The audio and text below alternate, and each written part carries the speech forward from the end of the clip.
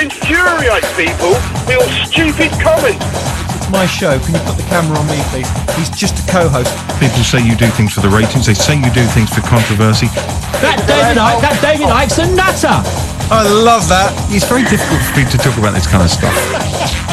Really? Yes. Yeah, that's the funniest thing I've ever heard. What are you going to turn us off when you get bored? It's out of control. He is. Are you watching Silent TV? All right, let's do it. Are you ready, Silent TV? Aye. Are we rolling? We are indeed. Okay, because if you want, I can start again. Foxie's here. Hello, Foxie, in for the doc. Good afternoon. Yes. Now, yes, you a weren't pleasure. here. You weren't here yesterday when the stuff hit the fan over the Smith brothers being compared. This is Jeff from the Bike Shed and Nigel from the Bagel Wrap in Ride. And Auntie Jenny, the auntie, being compared to the Craze. Yes, I missed the show completely, but the Isle of Wight being as it is, I've heard, and I've heard. Johnny Boy, who they're all talking about it. Yeah, well, Johnny Boy, who was the chairperson of Braiding Residents Against Bravo. No, against Voiceover, which spelled Bravo. They were Bravo, and now they're Braiding Residents Against the Smiths, Brats. Right, because originally they set up to get Andrew Voiceover off the radio. And they more or less did it. Andrew Voiceover, of course, was a great character on this show. He was an extra, and he was in a couple of movies and some TV stuff. And, of course, now on one of the channels, there's a program called Real Extras. Have you seen that? No. Is he on it? No, I haven't seen him on it yet. I don't think it's filmed in this neck of the woods, but it's a program about real extras. It's very, very funny. And so now they're trying to get this, Johnny Boy in Braiding is trying to get the Smiths off the air. Why? Why do they? He's fed up with Jeff coming on saying, "Hi, it's Jeff from the Bike Shed," and getting a free plug. And Nigel coming on and saying, it's Nigel from the Bagel Ratten Coffee House or whatever it is. He says they should pay for their advertising. Well, they both have paid for their advertising in the past, I believe. Well, maybe not Nigel, but Jeff certainly has. Well, when Jeff was running Ride Theatre, he paid for the advertising. When Nigel was running Ride Theatre. Those boys have had so many businesses, I don't know where I am, Foxy. No, I don't know which is which. It's like, which one would you say is Ronnie and which one would you say is Reggie? Oh, I don't know. Because Ronnie, Reggie would be Nigel. Oh, I don't know. Ronnie was the more dominant psychopathic gay twin, and Reggie was the not so quite psychopathic, although Jack the Hat might not agree, sort of more reasonable twin. I don't know. I don't want to get into it, Foxy, but they are being compared to the Craze here on the Isle of Wight. Maybe people want to talk about that. Maybe it was all said in the last edition of the programme. Yesterday, we didn't get any calls on this because the Smith Brothers thing took over the phone-in. I met a Polish worker yesterday. I went to a car lot to see a guy about the classic car show we're doing at the end of April, and I asked this guy where the boss was. This guy was cleaning a car, looked English to me, and he said, "Sorry, no English, Polish." Right, and anyway, I found the boss. As I went out, this little Polish guy gave me a wave like that. He has his chamois in his bucket. And I thought, bless him, all he's trying to do is get a better life. He's just there washing cars, probably getting 20 quid a day. He's probably earning 100 quid a week. He's not doing anyone any harm. No one else would do it for that kind of money.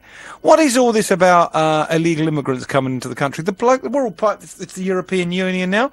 Let him in. Wouldn't we do the same if life was much better in, I don't know, well, Poland or well, people anywhere. do the same. I mean, people are always going to Australia, New Zealand, Canada, America. People emigrate to these places because they think it would give them a better life or a sunnier life or whatever. So, I mean, this isn't something new.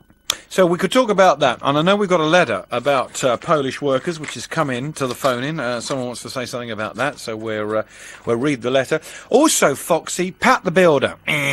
Pat told us the other day on the phone-in that more than occasionally he would let little old ladies off the bill. He's done it for loads and loads of people. So we've opened the phone lines for the last few days just so those little old ladies can phone in and thank Pat for doing it for free. Haven't had any calls yet, but he did say there have been many occasions where he's done a job for free. You don't believe him, do you? I'm not saying that. The other thing is smoking. 80% of us don't smoke. So what do you think about smoking in pubs, smoking in public places? Could they ever ban smoking in a betting shop? Oh, I don't think they'd want to do that, would they? Well, no, because apparently... Or the bingo hall. You wouldn't want to do that. Well, we mentioned the bingo hall earlier. 70% of people who smoke, only 20% of the nation smoke, but 70% of the people in a bingo hall have a fag. Yeah. They light up, right? So it's only mostly one part of society that are smoking. Bingo players. Well, I'm not saying bingo players, but people who are more working class. So if the pub and the betting office and the bingo hall are for the working classes who smoke, shouldn't they have been allowed to do that in there? I don't know. I'm not saying one way or the other. I can see both sides of the story. Again, who are we, or who are the politicians to tell people what they can and cannot do, apart from the fact that there are those who don't smoke who want to be able to go to places where the air is clean. But it doesn't mean that people shouldn't smoke. If that is their right to do so, then, you know, you're right. What do you think of? I mean, when I go past customer services in a supermarket and I see people queuing up for their fags and their lottery tickets, I think, you losers. I don't mean losers in a horrible way. I don't mean I look down at them. I just think... Well, you do. You do look down on them. You think that you've got it right and they've got it wrong. Yeah, I do think that. Have you ever smoked? Yes. Right, and now do you feel as though you've realised what a foolish thing it was to do, and you're better When I was than a that, kid, I was a kid when I smoked. I smoked for a long time, but I now look back on it and think, I cannot believe I didn't did smoke it. as a young adult. I tried it as a kid, but I didn't like it anyway. I do think that there's something very cool about someone like James Dean putting a cigarette in his mouth, and in those old movies, I can see why people thought it was cool. I like the smell of a freshly lit cigarette. I hate the smell of stale tobacco. But now knowing what we know, why would anybody smoke? Well, I don't get it. I really do not get it. 01983822002. Also, Foxie and I got into a bit of a heated debate just before the show started when we were talking about divorce. He was playing the part of his wife, and I was playing the part of me. We'll tell you more about that in a moment. Hi, line one. Yeah, hi, it's Alex Dart, obviously. Yeah, hi, who's that? Yeah, hi, it's Karen. It's Ronnie's mum. I handed his paper in the other day from the county crown. All right, hang on a minute. Let me find this bit of paper. Did you hear me insult your child by accident? No, did you then? Well, I had this piece of paper, cash for stricken baby, from the local paper, photocopied and put in my tray, and it looks in this picture like you are cuddling a very cute little girl. I mean, but it's a little boy. Is it Ronnie? Yeah, it's definitely a boy, yes. Look, can you see why I thought that was a little girl? Yes. Yes. And I also thought from the picture there was some pigtails there, but obviously it's a bad photocopy. Yeah, definitely, because you ain't got them. All right, so, Karen, tell us a little bit about Ronnie. How old's Ronnie? 2? He's 2.5. And what are his medical problems? He's got microcephaly, which is basically his head's too small. His head's too small for his body. Yeah, his head isn't growing properly. Right. And he's also got brain damage as well. Okay, and this all happened at birth, yeah? Yes. Was it a traumatic birth, or did it actually happen before birth in the womb? In the womb, I think. Right, okay. So you're raising money for Ronnie. Yep. And this is to encourage development by the British Institution for Brain-Injured Children, yeah? That's it, yep. BIBIC. BIBIC Centre. Right, I know that because I'm reading it from the paper. Right. So how can people help you? Well, it is. I'm trying to get, obviously, some kind of fundraising going, or basically like a sponsorship, because Ronnie will be going for many years to come, and he goes about 3 or 4 times a year.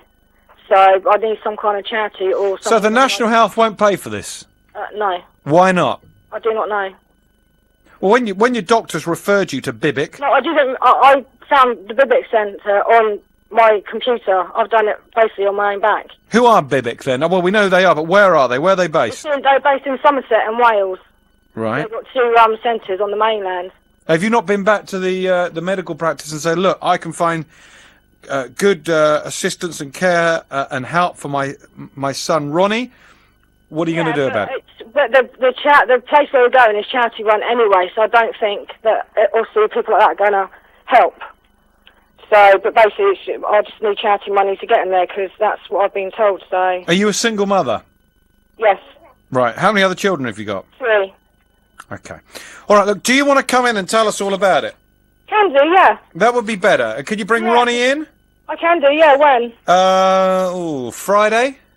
Yeah, that'd be fine. All right, and I'll tell you what, bring a carer in, because we won't be able to have Ronnie in here for an hour, because he'd get very bored. Right, okay then. Okay. What time? 5 to 12. Okay, I'll be there then. Yeah, then we'll be on air with the phone in at 12 midday. All right, good luck. We'll do what we can for you. All right, cheers then, thank you. Thank you, bye-bye.